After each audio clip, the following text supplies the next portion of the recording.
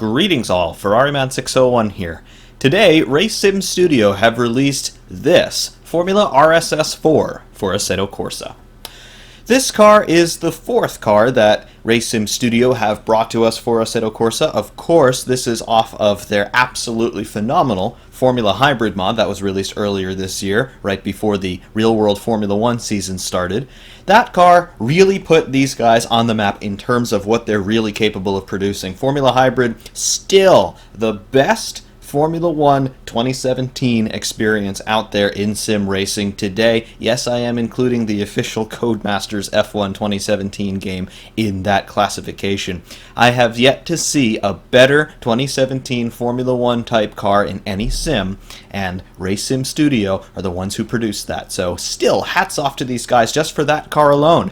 After Formula Hybrid, though, we got Formula RSS 2, which is based on a Formula 2 car, and we got Formula 79, which is based on the Lotus 79. So this RSS 4, this is the fourth car that RaceSim Studio have released for us in Assetto Corsa, and, well, it's in keeping with what we have come to expect from RaceSim Studio. This car is already really cool, and I've only done one shakedown run in it just to make sure that everything installed correctly with the mod. So, yeah, we've got ourselves some unknown territory here, but we've also got ourselves some really interesting territory, because this car, no, it's not supposed to be the fastest thing in the world. No, it's not supposed to impress you with RaceSim Studio's understanding of ground effect and how to model that in a sim. This car is a real teaching aid if you want to get your feet wet in terms of how to drive open wheelers. The RSS 4, it is based on the real-world Formula 4 car. The FIA Formula 4 series began in 2014. It's not at all related to the old BRDC Formula 4 series. The FIA instituted Formula 4 basically to fill a gap between karting and Formula 3. Traditionally, a driver on the trajectory, ultimately with the aim of arriving in Formula 1 someday, would begin racing in karts, and as we have seen throughout the years, children begin racing karts at younger and younger ages, sometimes as young as 3 years old in the cases of drivers like Sebastian Vettel. However, from karts, a driver has a few options in terms of progressing into car racing. Once sufficiently experienced in karts, of course, you want to get your feet wet in cars. Now, in previous years, as well as today, there are a few options in terms of doing this. Drivers who want to focus on open wheelers will traditionally try to find a drive in Formula 4. Now, they can do this in a privateer outfit, or they can try to find sponsorship in their karting days and then gain access into Formula 4. Of course, as you progress from karts into cars, the costs of progressing up the motorsports ladder continue to increase, usually in a logarithmic fashion. However, once you have gotten sufficient experience in Formula 4, the options start to get a little bit more inaccessible. The logical progression from Formula 4 would be into Formula 3 or into Formula Renault. The costs of these series, however, are very high. Formula 3 basically is essentially an entirely sponsorship-driven effort with full-time teams involved in there, producing the cars every year, running the cars every year, trying to pursue better engine deals and things like that. So the costs already in Formula 3 are really high. From Formula 3, if a driver is in Europe, for example, the next logical step is to try to progress into Formula 2, formerly known as GP2. The costs in GP2 are absolutely astronomical. GP2 and Formula 2, as it's now known, basically it's comparable to the IndyCar series in North America in terms of the technology that's involved, as well as the sponsorship and the overall expenditures. So if a driver is unsuccessful in the move from Formula 3 to Formula 2, their chances of breaking into Formula 1 are effectively zero. Everybody knows the name Charles Leclerc right now. He is dominating in Formula 2, and there's a really good chance that somebody, probably Sauber, is going to pick him up for Formula 1 next year. However, if a driver has that trouble jumping either into Formula 3 or from Formula 3 to somewhere else, their career, at least in terms of open wheel racing in Europe, is probably over. The FIA decided, let's create Formula 4 as that bridge between karts or Formula Ford and trying to find a drive in either Formula 3 or Formula 2. Formula 4 designed to hone drivers' skills in cars, but also to get them familiar with some more advanced technologies that perhaps drivers have not interfaced with in their progression of their career to that point. This car has some pretty cool features. It is basically a baby Formula car. It's a lot smaller than a Formula 2 or a Formula 1 car in terms of its dimensions, but some of the technology that it has does find some peers in the higher level categories. In terms of the specifications on this, the Formula RSS 4, we've got a 4-cylinder turbocharged engine. RSS have not told us what the displacement is on that engine, but in the real-world Formula 4 category, that engine is either 1.6 liters or 2 liters in displacement. This engine feels like a 2-liter to me, so let's call it a 2-liter engine. However, the power output is capped in real-world Formula 4 at 160 horsepower, and that is exactly what we see in the Formula RSS 4. The wheelbase on this car is 2,742 millimeters. The front track, so that is the width of the front suspension from wheel hub to wheel hub from side to side, is 1,494 millimeters, and the rear track, that is the width from wheel hub to wheel hub from right to left or left to right on the rear, is 1,430 millimeters, and the weight overall is 625 kilograms. So basically what we have is a car that is a little bit shorter and a little bit slimmer than a Formula 1 car. However, we have got ourselves considerably less horsepower. This one is sitting at 160 horsepower, although the weight is effectively the same as a modern Formula 1 car. It's a little bit lighter, of course, but yeah, that power output considerably less. Despite that power output being a very civilian 160 horsepower, my daily driver, for example, has about 160 horsepower. The low weight of this thing means that you still have quite a large performance potential. It's all about power to weight in cars like this. Although this car doesn't have the outright explosive power that its bigger brothers have, the ability to drive one of these cars well really centers upon how smooth you can be as a driver, and that is a skill that pays dividends even as you move up through the motorsports ladder and you start to deal with cars that are more powerful. If you can be smoother, you're going to be more precise, which means that you're going to be more consistent, which means that you're going to get better lap times than the next guy who's perhaps a little bit more jumpy with his inputs. Aside from that, when you can be smoother, you're also a bit less harsh on the car. Components are going to last longer. Tires and brakes are going to last longer. And in series like Formula 3, where costs are still of a bit of a concern for some of the smaller teams, that's going to help you out in terms of your overall reliability and your overall expenditures. As you move up into the really elite categories like Formula 2 and ultimately Formula 1, the smoother a driver is on his car while still managing to be fast and consistent, overall, the better the results are going to be. You're going to get better data gathering. You're going to be able to give the engineers better feedback, because if you can be consistent with your inputs on the car, you can then zero in on any setup changes and things like that. So overall, the philosophy of this car is to teach drivers how to be smooth, how to be precise, and how to manage some of the other technological aspects of driving a car like this. We'll get into that. We mentioned that turbocharged 160 horsepower 2-liter 4-cylinder engine. Formula 1 these days, it's turbocharged, so yes, a driver is going to get familiar with the dynamics of a turbocharged engine. That engine is mated to a 6-speed sequential semi-automatic gearbox that's got paddle shifters on the back of the steering wheel, just like a Formula 1 car, just like a Formula 2 car, just like a modern Indy car. So the drivers all the way down here in Formula 4 already are starting to get into that mindset of this is how we have to interface with these systems, this is how we have to use this technology. And a series like Formula 4, as low cost as it is, the FIA puts a cost cap on this for every team, no more than $100,000 per season in terms of overall expenditures for the chassis side of things is what teams are allowed to spend. So even with that cost cap in mind, because the FIA have been able to homologate this technology and homologate the chassis and the engines and all of that sort of thing,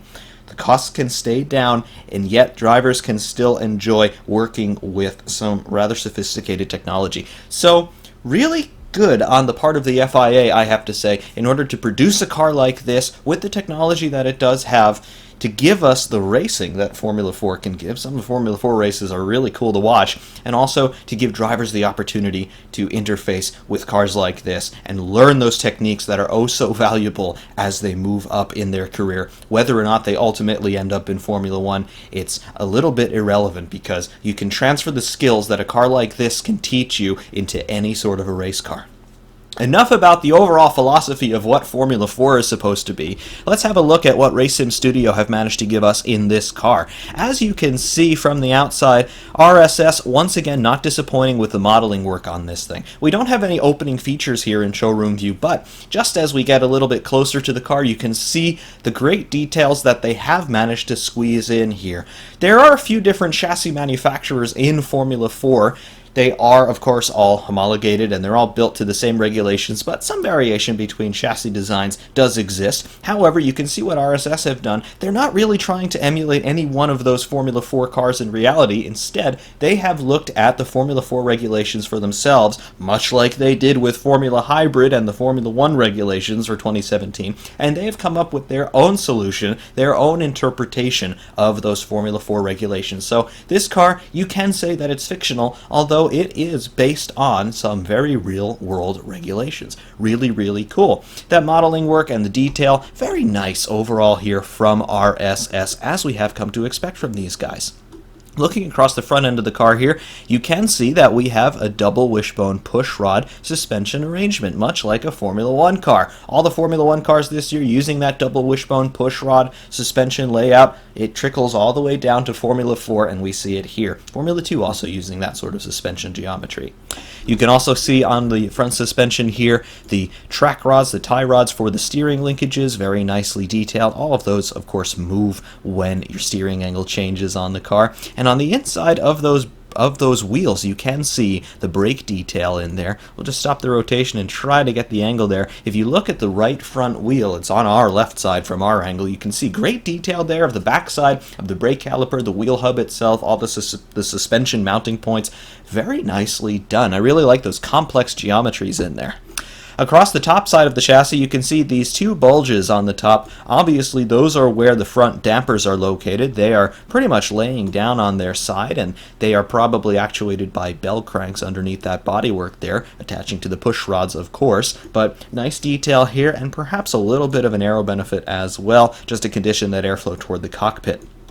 Moving along the midship section of the car, you can see it's pretty chunky. This monocoque is, of course, a one-piece carbon fiber composite honeycomb structure. It's designed to take a lot of impact. It's designed to be very strong and very rigid. These cars also are very safe, in addition to being great tools for teaching a driver how to race an open wheeler.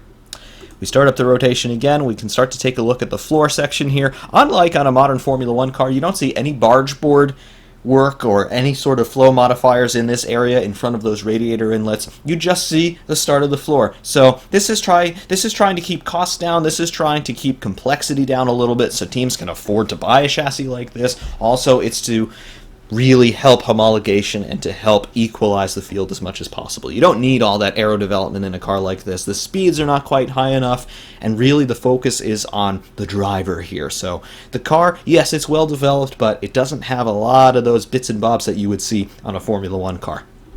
Looking across the top side of the midsection, moving toward the rear, you can see these long sculpted side pods. Again, relatively simple. They're just there to house the radiators and some control electronics for the engine and the gearbox. Really simple design, but also very effective. Moving to the rear, you can see the rear tire detail there. There's some stamps on the tread surface of the tire. That's really cool, as well as some of those embossed circles there. That's to check tread depth. And then moving toward the rear end, you can see the gearbox casing emblazoned with the RSS logo there. You can see the half shafts coming out of the gearbox going toward those rear wheels. And of course, you can see the rear suspension, the double wishbone push rod on the rear as well. Here you can see the rain light. The rain light is not active here in showroom view, but you can see that all of the LED elements in there have been modeled, as has been the rear crash structure, that carbon structure you can see there. Also, you can see the attach points for the rear wing bolting to to that rear crash structure in the back of the gearbox. Very nice. And the rear wing itself, very simple. It's a double element wing. You have a main plane and then you have a small beam wing there on the bottom. Really nicely done. Very simple but effective for a car like this. On the right-hand side of the car, though, you can see we have some different coloration of the rear suspension elements than we do from the left. The reason for that is this is gold foil on the rear section of the bodywork as well as on the upper sections of the suspension wishbone and pushrod elements.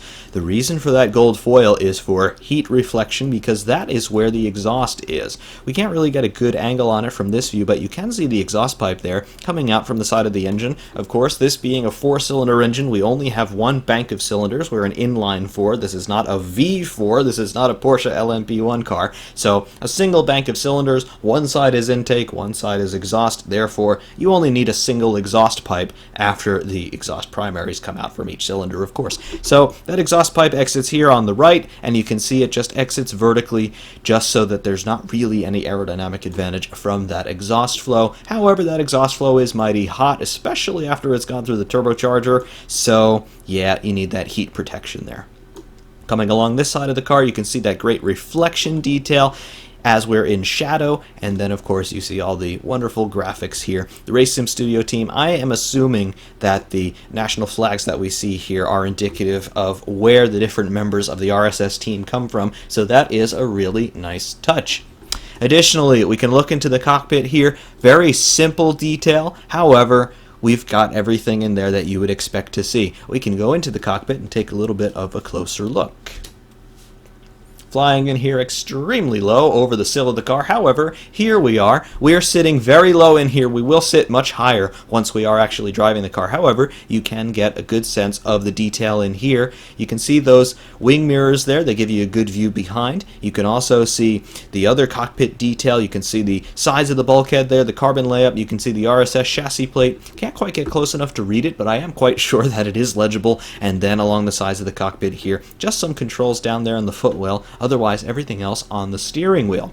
Looking down, we can see some seatbelt detail, and you can see the molding in the chassis here for the seat. There does not appear really to be a seat in here. It's just the bottom of the chassis molded to accept a seat, but we've got seatbelts, of course, in there. And then, of course, cockpit surround, as you would see on a modern Formula 1 car, the RaceSim Studio logo, and the air snorkel with that camera mounted on the side. No T-bar here on this car. We've just got one of those cameras mounted on the side. Interesting. Looks pretty different, I must say, but that's a cool detail for them to have included. Looking around the other side, you can see that carbon detail, and that seat molding continues along this side of the car, and then looking forward again at the steering wheel. The steering wheel, very comically, it has volante on the front, which of course is Spanish for steering wheel, and RaceSim Studio, of course, being a Spanish team, I found that to be rather comical. However, everything's powered off right now, but once we do get out on track, you will see fuel level here. You will see a current lap delta showing you your live breakdown, whether you are above or below your last lap time. You'll have water temperature, you'll have speed, you'll have RPM. In shift lights, you'll also have a digital readout of your RPM. You'll have a gear indicator, you'll have your last lap time, and then you'll have your current lap time ticking across the bottom there. Aside from that, you can see where the two shift paddles are on the back of the steering wheel, up on the right, down on the left, 6-speed semi-auto box, and that's about it for this car. It's very simple, but also that semi-automatic gearbox does give a driver a little bit more experience dealing with that sort of technology, which of course is something that we see in all tiers of high-level open-wheel racing. We'll leave the cockpit here for one last time, and we'll just have one final look at RSS 4 in the showroom. It's a really nicely put together little car. I do call it a little car because, yes, if you're used to driving the really fast open-wheelers like the Formula 2 cars, Formula RSS 2, for example, is a really fast car, Formula Hybrid's a really fast car, and then, of course, all of the other Formula 1 cars that we have from other modding teams, yeah, this car's going to feel a little bit underwhelming. But aside from that, for what it is, it's a really cool car, and we're going to have a look at it at Silverstone at the National Circuit next. Welcome to Silverstone. Before we get out on track, of course, we're going to have a look through the setup screen and show you what's going on here with the Formula RSS 4. First off, You'll see on the gear screen, we do not have the ability to adjust individual gear ratios, nor can we adjust that final drive ratio. We just have two gear sets that we can choose from. We have a long set and we have a short set, and that's about it. So, depending on your given circuit, you're going to want to run either the long or the short. The top speed here, in terms of the long gearing, we've got 149 miles an hour topping out in 6th gear, and then in the short gearing, we've got 137 miles an hour topping off in the short gear sets. Final drive ratio is 3-to-1 there in the short set. It is identical in the long set. So final drive ratio is fixed no matter what you do. Tires, you have one tire compound. They are these F200 tires. I'm not entirely sure what that actually is supposed to be. However, it's the tire that we've got for this car. So a single compound. Default tire pressure value shown here, 17 psi. They do go all the way up to 23 psi on all four corners if you do want to play. Fuel, we've got the tank empty right now to keep the engine quiet. However, maximum fuel capacity is 48 liters, as we can see. We'll keep that empty for the moment.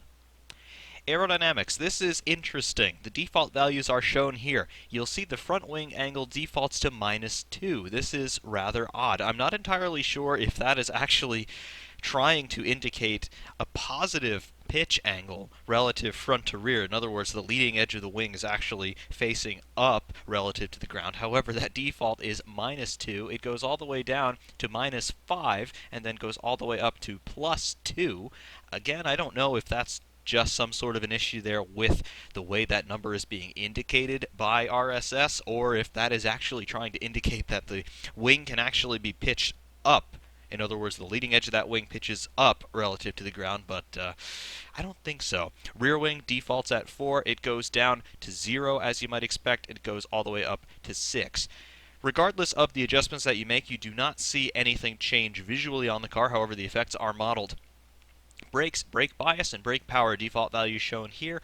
Brake bias is pretty good where it sits at the moment, 54% to the front, and then of course brake power, pretty much you always want it at 100%. Suspension alignments, camber on all four corners as well as toe, default values shown here. Suspension in roll, the anti-roll bars front and rear, as well as your ride heights and wheel rates on all four corners. Under various, you just got steering assist, that's your power steering. That's pretty much generic in every car in Assetto Corsa.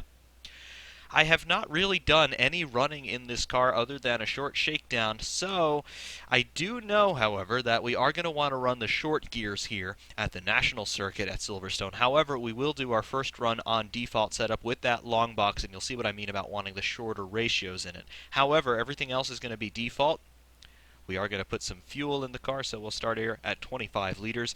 This car is very frugal when it comes to fuel, so it does not have a large fuel tank. It really doesn't need one for the race duration in terms of time and distance that we see in Formula 4, and of course the engine being a 4-cylinder with a turbo, it's actually pretty frugal. However, to the track now, and in the cockpit, everything is now alive. Of course, we have our pedal traces in the lower left as always, but now that the car is alive, you can see all the instrumentation on the steering wheel. The flashing red lights across the top of the steering wheel are indicative that the pit lane speed limiter is active. In between those, we will have shift lights once the revs come up and we're ready to change up through the gears. Below that, the 1500, that is engine RPM at the crankshaft, so 1500 RPM is our idle speed. Just below that, the gigantic N front and center, that's our gear position indicator, so neutral goes all the way up into 6th gear in the upward direction, and then all the way down into reverse in the downward direction. To the left of that, in the upper left of the steering wheel, we've got a fuel level indicator showing just about half a tank at the moment. Below that, we have our performance delta. That will display either a positive or negative number, depending on whether or not you are above or below your last best lap time. In the upper right of the steering wheel, we have water temperature showing in degrees C, so that's 74 C right now. Below that, we have our speed. That will read out in miles per hour. Below that and to the right, the green numbers ticking up is current lap time, and then the blue hash marks to the left of that, that will display the last lap time. That's it for the instrumentation in this car. It's very basic. It only tells you what you need to know and nothing else.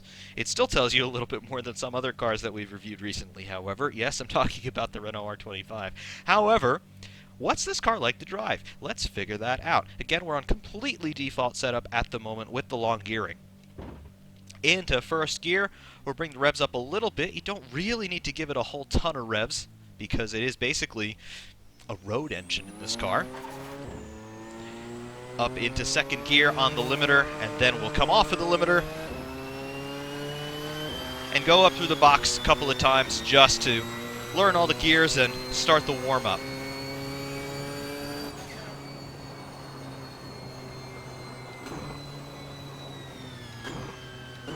First thing you notice when you jump in the car and you row up through the box, the gearbox is very quick, very responsive. You pull the paddle and you're in gear. There's no need to lift on the upshifts. There is no need to blip on the downshifts. All that rev matching is done for you.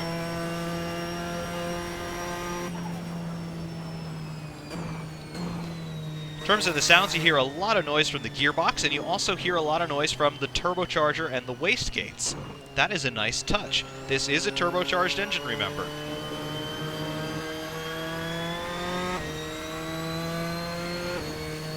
So I've got the water temperature coming up. I've got tire temperature starting to build here. Very short lap here at the National Circuit. When we're at speed, we'll be doing a lap here at about 57, 58 seconds. So we do have the potential to pull quite a few laps in this session.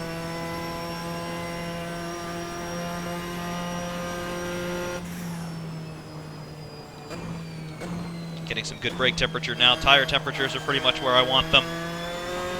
We'll bring it up to the limiter now. Upshift at about 62.50. Fifth gear, winding it out, sixth. And now we have to brake. So now you understand why I prefer to run the short gearing here at this circuit. We will do that at the end of this run. This is just a shakedown to show you what the car can do. Tires are nicely up to temperature now. Front axle very responsive.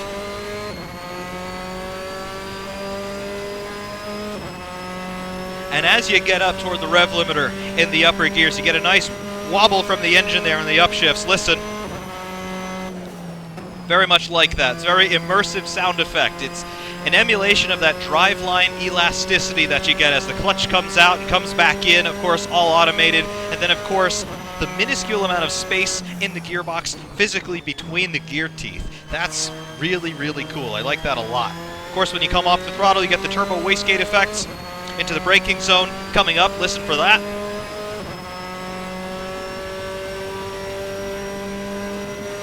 Slightly short shifting into sixth here. Listen for the wastegates. There you go. Very nice.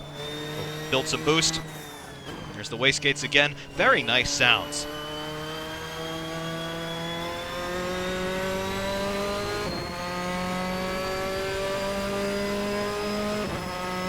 So I'm generally happy with how the car feels. Apart from the gearing, it is a little bit too long for this circuit. Into Copse Corner, brake, downshift, fifth gear. There's the apex.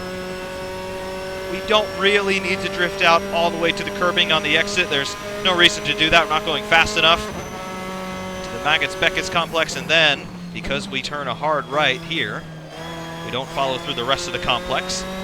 However, onto the infield straight from the Grand Prix circuit, we use most of the tarmac that we're using here is actually at least part of the Grand Prix circuit. Not using the entire Grand Prix circuit, of course.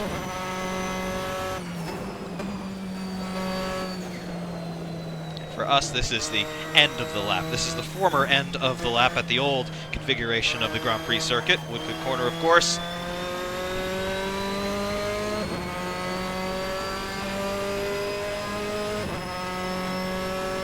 And that completes another lap here at the Nationals configuration at Silverstone. 57.795. We can go a bit faster than that. But generally speaking, on default setup, how is the car feeling? Well, it feels very convincing, I must say, straight out of the gate. It's doing exactly what I was expecting it to do. It is a baby formula car, as we said in showroom view. It's very responsive on the power, it's very responsive on the brakes, it's very responsive on the steering. It's a light, open cockpit, open-wheeled car running on slicks with a semi-automatic gearbox. It is absolutely peachy, and it is quite fun, I must say.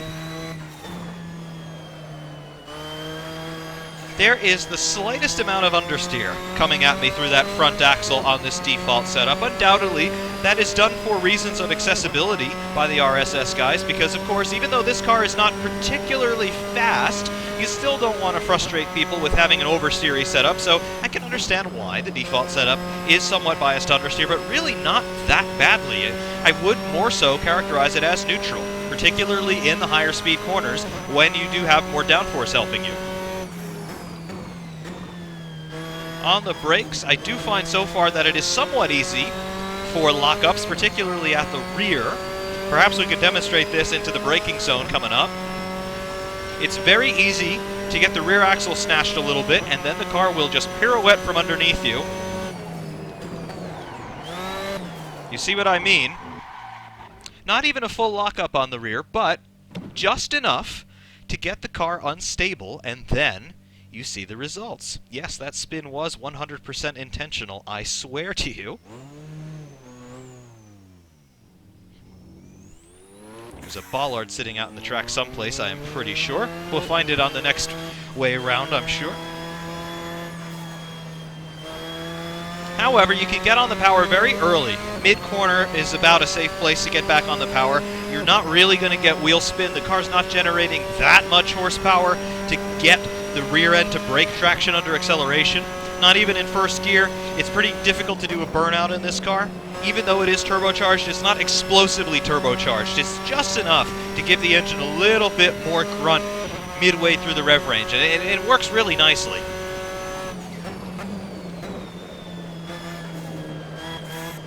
There's that understeer again, slightly off camber corner coming into the infield here.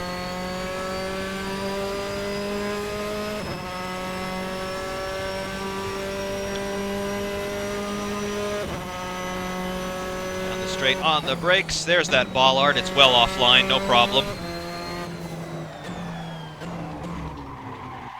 Another intentional spin.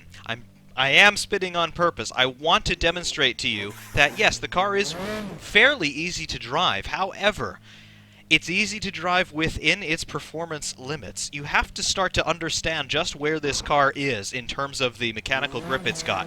Yes, it's running on slick tires. It does have a lot of mechanical grip, but the tires are not very wide, so they are somewhat easy to overwhelm, particularly in those moments of inertial change when you're going from braking and then going into cornering. It requires you to be very deliberate. It requires you to be very smooth. These are two skills that up-and-coming racers need to learn about if they're going to progress into the faster categories like Formula 3 and Formula 2. Here, I'm braking, I'm downshifting, I'm turning into the corner, I'm back on the power. Every motion has its time and place. You try not to combine movements too much in this car. It can only handle one inertial change at a time. You're either braking, or you're turning, or you're accelerating. You're not really blending things too often in terms of your gross inputs on this car. That demands that you be very smooth and very deliberate and very precise. These are the skills that this car is designed to teach young drivers. So I'm not at all surprised to see it get a little bit nervous into those corners when you try to throw too many instructions in the car's direction.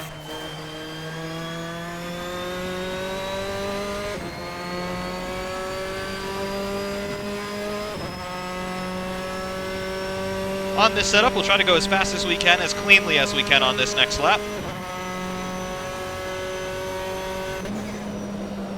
Bit of understeer there, somewhat wide over the curbs, plenty of runoff there, no problem.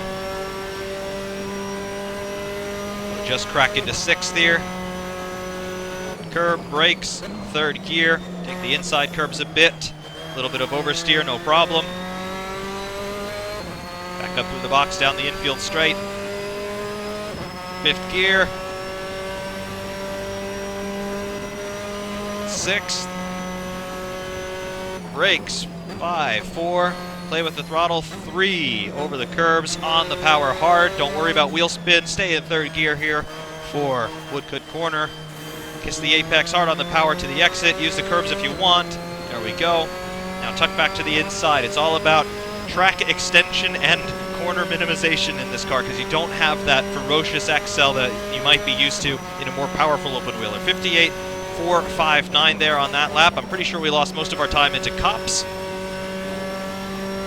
And sure enough, through Cops Corner, we're already up on our previous lap.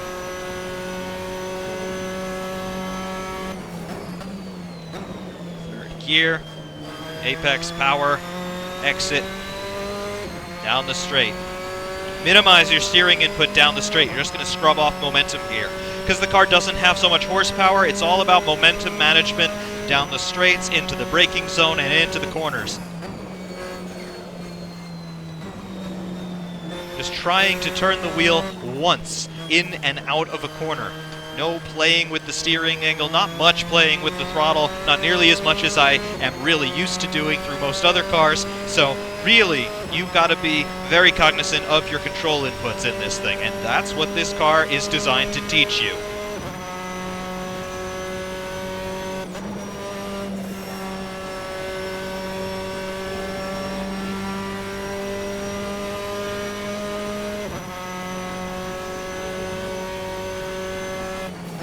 Brakes, third gear, landing the power back in, using all of the road.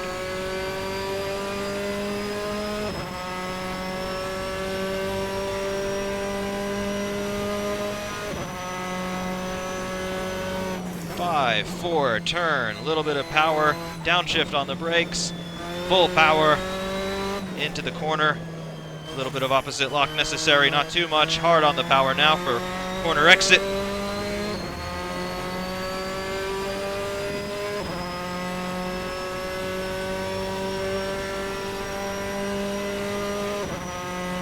And how's that for consistency? We're within 21 thousandths of our previous lap time. That's what you can do in this car. It will do exactly the same thing on every lap, provided you're consistent with your inputs. It's a very consistent, very stable platform.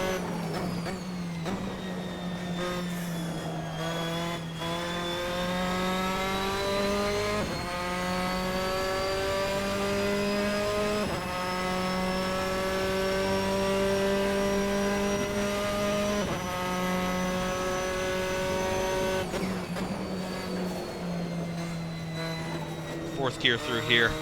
A little bit too much inertia. However, we got a better launch through Woodcut. However, we're going to duck into the pits here, because it's time to adjust those gear ratios.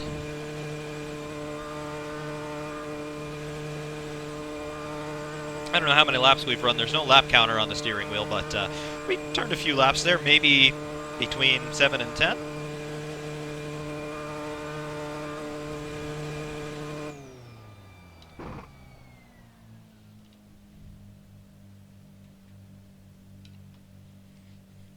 Back into the garage with us so we can make that gearing change. You can see 25 liters is good for 23 laps of this circuit, or about 37 minutes of runtime. So it's very frugal, as we said before, with its fuel consumption. Really cool.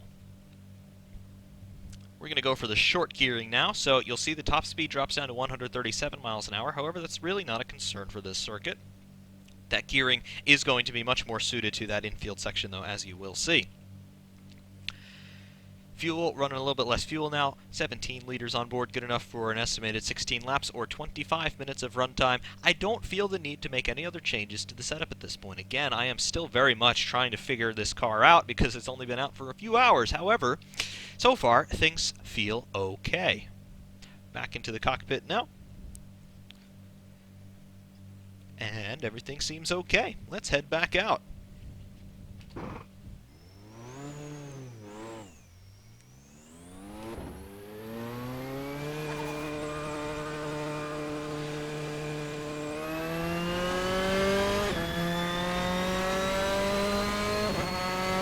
Coming up to speed a little bit more quickly now with the shorter gearing. Into fifth gear already.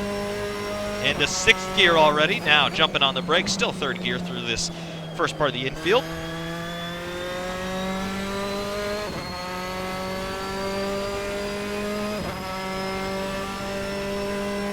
And now sixth gear. That's the difference with the gearing. This is what you want for this particular circuit.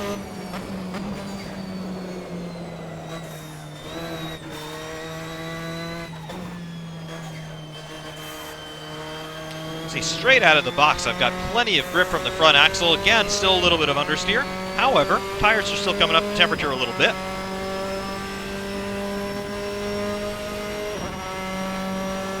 Sixth gear coming down the old start-finish straight for the Grand Prix circuit. Still start-finish for us.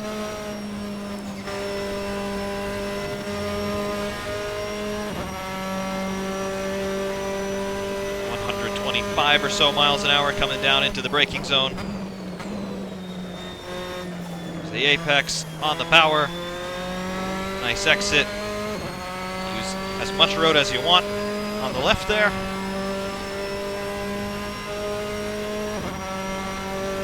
Really, the shorter gearing makes the car come alive. It accelerates so much more crisply.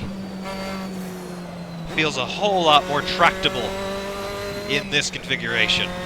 But it won't be appropriate for every circuit, so you're going to have to do your own testing and figure that out.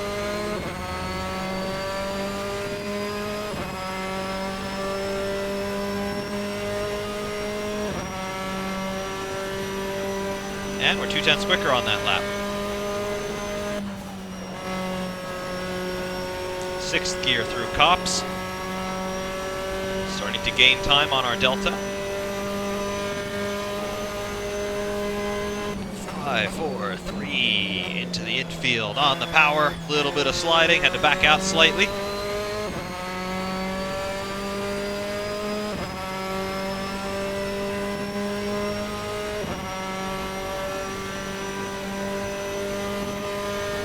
Use the curbs, braking. Fourth gear, third gear. Got the nose tucked in nicely. There's a little bit of a drift.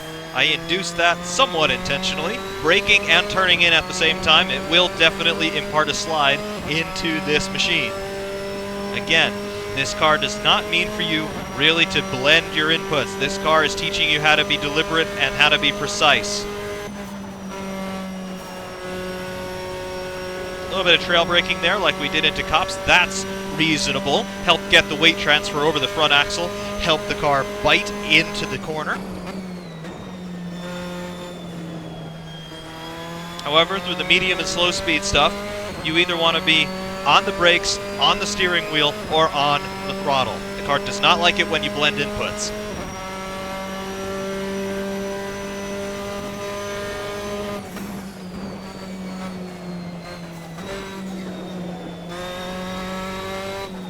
Alright, no blending of inputs there, just turning in with a slight bit of trail braking, and you see the nose stays exactly where I put it.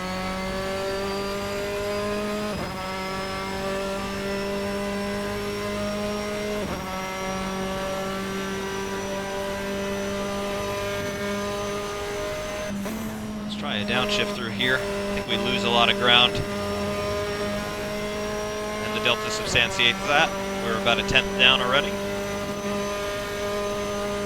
Change the line a little bit. I don't think we gain anything by doing that. We do not.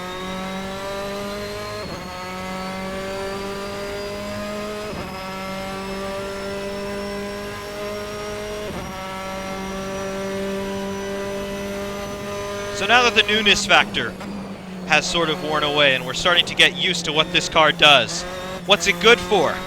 Well, first of all, it's going to be good for league racing for sure, because, yep, it's a one-make spec formula, everybody in the same car, you're going to have some close competition for sure. Beyond that, though, I think this car truly is a godsend for people like me, doing the kinds of videos that I make. Sometimes I actually try to be informative rather than just entertaining, and certainly rather than just being sarcastic.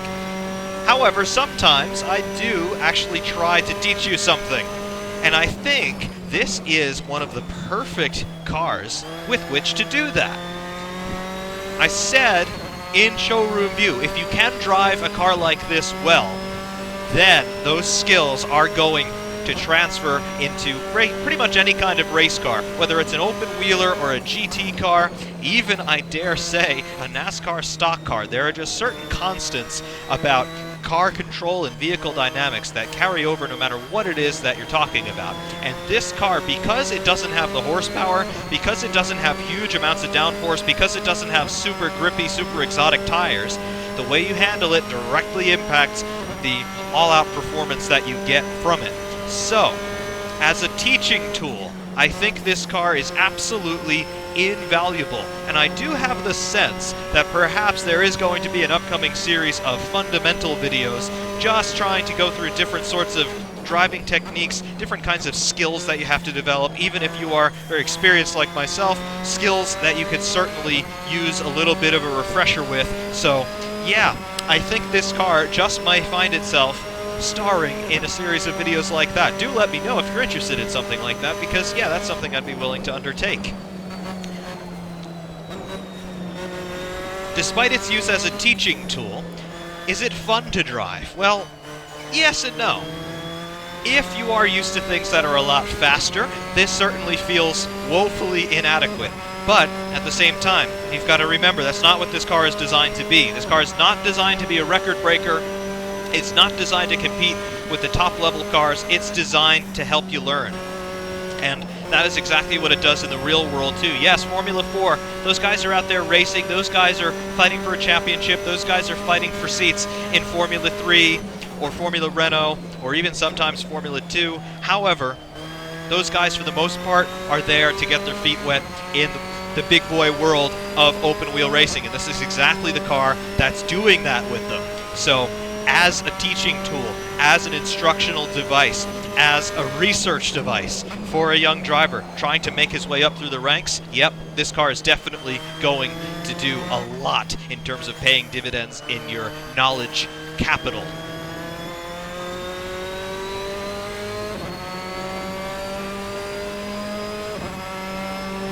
Also, from a completely subjective point of view, I have to say this car feels very realistic. I've driven a car in real life rather similar to this. It was not a Formula 4 car, it was a Formula 2000 car, an older one from the 1980s, so not as high-tech. It had a traditional manual gearbox, but it did have a 2-liter engine. It was a normally aspirated engine, so a little bit down on power from this, about 120, 125 horsepower versus this one with about 160. But in terms of how that car reacted in reality compared to how this one is reacting here in Assetto Corsa, it's pretty convincing. The car's getting light in the same sorts of moments that the real car that I drove did. It's having the same sort of grip on initial turn-in. The car that I drove was on basically road tires, so I didn't have the same all-out skid pad performance that this car certainly would. But the way the car feels, its attitude, its change of direction, its overall balance through the corners, yeah, this feels very similar. In terms of the straight line speed that this car is achieving, very similar in that regard as well. So, yeah, I've got to say, RSS, hats off to you. You've done it once again, 100%. You guys are so good at taking cars and just working magic with them with the physics. I don't know how you do it. I don't want to know how you do it, because that's your thing. And if you keep doing your thing, I will keep buying your products, and I will keep basically telling other people to buy your products too, because this is great. No, it's not the fastest car in the world. Sure, RSS have made cars that, from an objective standpoint of a 9-year-old kid who just wants to go really fast, yeah, this is not their best car from that point of view. However, if you're looking for an informative sim experience, if you actually want to strap in behind your wheel and behind your computer screen and try to learn something, try to gain something somewhat useful from your sim experience, you need this car. You absolutely do. If you're somewhat newer to sims, or even if you're not, maybe if you're just newer to open wheelers, if you're a GT guy, or if you're an LMP1 guy and you want to try and get your head wrapped around open wheelers, this is a great car to start with. Absolutely. This car will be a great one to start with, and then graduate yourself up to the Formula RSS 2, get your head around that one, and finally go out and play with either Formula 79 or Formula Hybrid, because once you get a good mastery of either this car or RSS 2, then you're ready for the big league stuff. I say that as I demonstrate that I'm still not quite ready for the big league stuff. Back end just got very loose. And once the back end does get loose, you've basically got no prayer of recovering it. But I can tell you exactly what I did. I was braking and turning at the same time.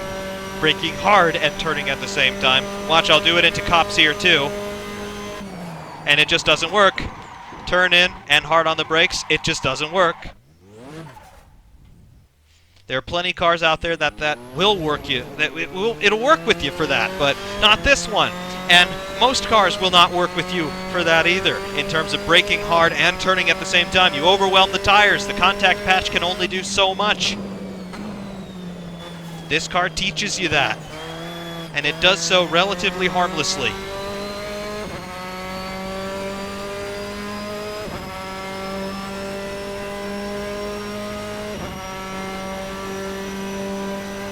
I'll do it correctly here. Brakes, downshifts, turns. A little bit of throttle, a little bit more brakes, downshifts, turns. Car stays nice and stable for the most part. Turning in. Very progressive with the power now on the power. And the car stays exactly straight and level as it should.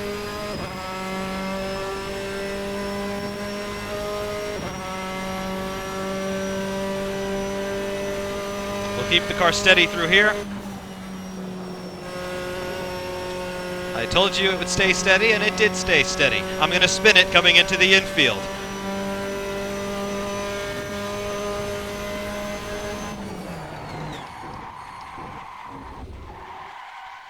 I told you I would spin it, and I did spin it. That's what you can do with this thing. You can isolate what makes the car go well and what makes the car go badly. It's really, really cool.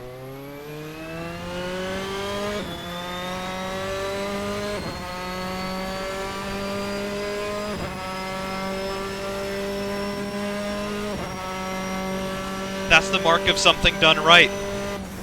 It is very drivable. It's one of the most drivable things I have ever experienced. It's so predictable, too. If you handle it a certain way, you know how it's going to react. And if you don't handle it in that particular certain way, it's going to react badly. It's the easiest car to get your head around, I think. I've done, including this session here, maybe 30 laps in this thing, and I've already got it figured out. It's exactly what it should be for a car like this. Easy to learn, tricky to master. And I think that just became the title of the video. Yeah.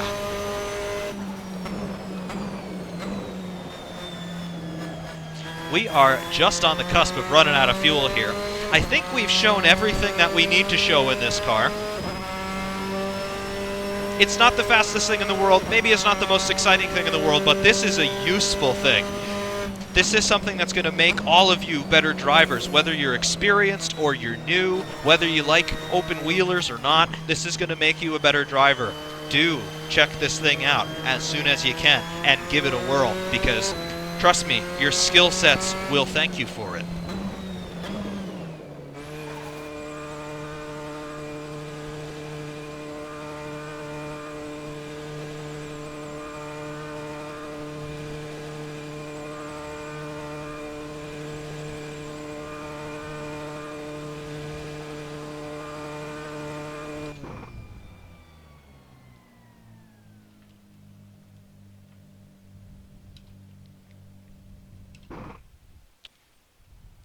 Well, that's Formula RSS 4. It is not overwhelming by any means. It is basically an entry-level open-wheel car, and it does exactly what it advertises. It is RSS's interpretation of the FIA Formula 4 regulations, and, well, you can see the family resemblance right there. It is very tractable, it is very predictable, it is very consistent, and it is actually a bit of a challenge. If you're not the most experienced guy in the world, this car's going to frustrate you a little bit in the beginning. I'm just going to be honest, because you have to drive it within its particular performance envelope. But once you understand where that is, and then once you learn how to keep it there, it starts to reward you. It's not going to reward you with breaking lap records. It's not going to reward you with flying down the straights at 235 miles an hour. This is not an F2004. But it is going to reward you with learning learning curves are important in sim racing. Anybody who's ever played a sim and then tried to compare it with a more traditional arcade-style game, yeah, you know all about that learning curve. This car takes advantage of that learning curve and helps it work with you rather than having that learning curve work against you and just make you feel frustrated. So this is something that I think truly is worthy of your investment, not because I like RSS, and I do like RSS, being totally honest there. I love all their products, I have all their products, but at the same time, this is something that is going to make you a better driver, and when you're a better driver, I think you have more fun in a sim because then you can start to zero in on really taking advantage of what sim racing is all about. How come the physics are the way they are? How come we have all of this in-depth setup adjustment available to us? Because it all makes a difference in the end. Everything can affect everything else, and the more you understand that, the greater the payoff is going to be in the end. And a car like this is the perfect tool to help you understand all of those little intricacies, not only with car setup, but also, more importantly, with your driving style. Formula 4 is really about drivers developing their talents and seeing if they have what it takes to cut their teeth in the big boy world of open wheel racing. That's what this car is going to show you as well. Do you have what it takes to be a good sim racer? And by a good sim racer, I don't mean the guy who goes off in iRacing and wins all of the championships for like $10,000 a piece. I don't care about that. If you're a good sim racer, you have fun when you play a sim, and this car is going to teach you what you need to do to enjoy yourself in the world of sim racing. RSS, for that, I think you have really made a great contribution to not only Assetto Corsa, but, once again, to sim racing as a whole, because, well, if people are new, if people are just trying to figure out, hey, what is this Assetto Corsa thing? Maybe you got it on a Steam sale, maybe you've got an old wheel or whatever, give this car a try, because it's going to show you if you're already a decent driver, and if you're not, it's going to teach you the things you need to do in order to be a decent driver. So definitely give them a look. A link is in the description of this video. Check this car out. I don't think you're going to be sorry that you did.